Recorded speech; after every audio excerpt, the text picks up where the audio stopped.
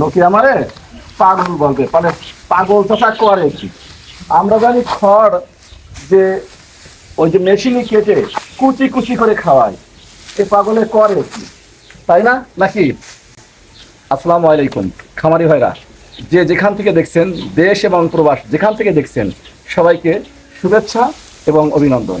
আশা করি সবাই ভালো আছেন।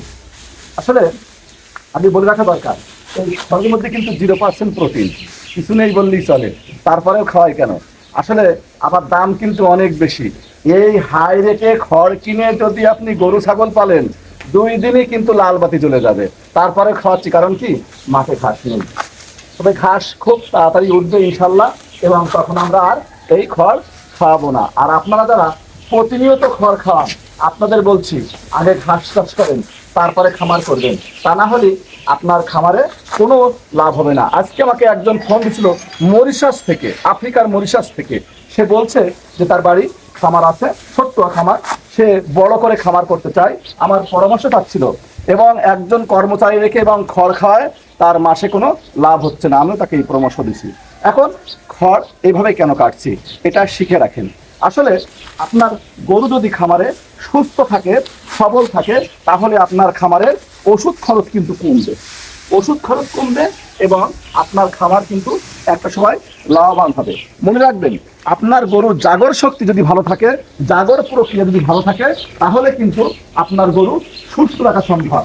এই যে এই পদ্ধতিতে খড় দিলে সেটা হবে কি, আপনার গরু দীর্ঘক্ষণ যাবত কি করবে?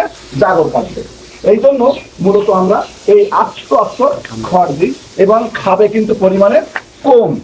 যদি আপনি ছোট ছোট কুচি কুচি করে খাওয়ান, সেক্ষেত্রে অনেক বেশি খাবে। এতে আপনার কি হবে? গরু খাবে বেশি কিন্তু প্রোডাকশন কম, কারণ আগেই বলেছি এটি প্রোটিন বা অন্যান্য উপাদান নেই বললেই চলে।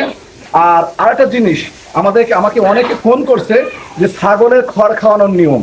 আসলে খড় তো আমরা না খাওয়ালেই ভালো। তারপরেও যখন এই যে বিশেষ করে বর্ষাকাল এবং শীতকালে যখন ঘাস পাওয়া যায় না, তখন এই খড়, আমি আবার বলছি, এই খড় ছোট ছোট করে কাটবেন।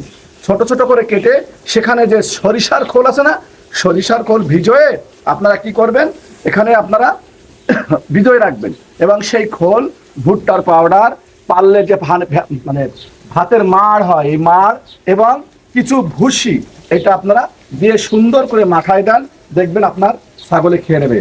শুধু খড় কুচি কুচি কেটে রাখলেই কি ছাগলে খায়? হ্যাঁ, তবে একটা জিনিস, আমাদের ছাগলগুলো আছে না, এইগুলো আস্ত খড়ই কিন্তু চাবাই চাবাই খেয়ে ফেলে, আস্ত খড় চাবাই চাবাই খেয়ে ফেলে।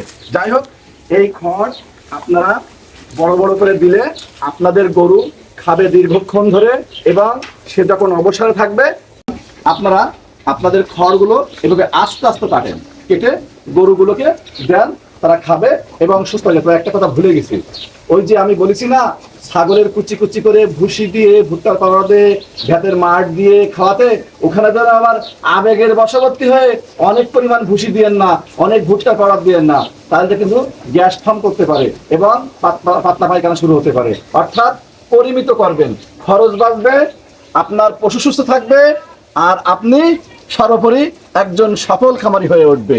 সুতরাং আসেন আমরা বলি, সবার আগে বাংলাদেশ, বাঁচবে কৃষি, বাঁচবে দেশ।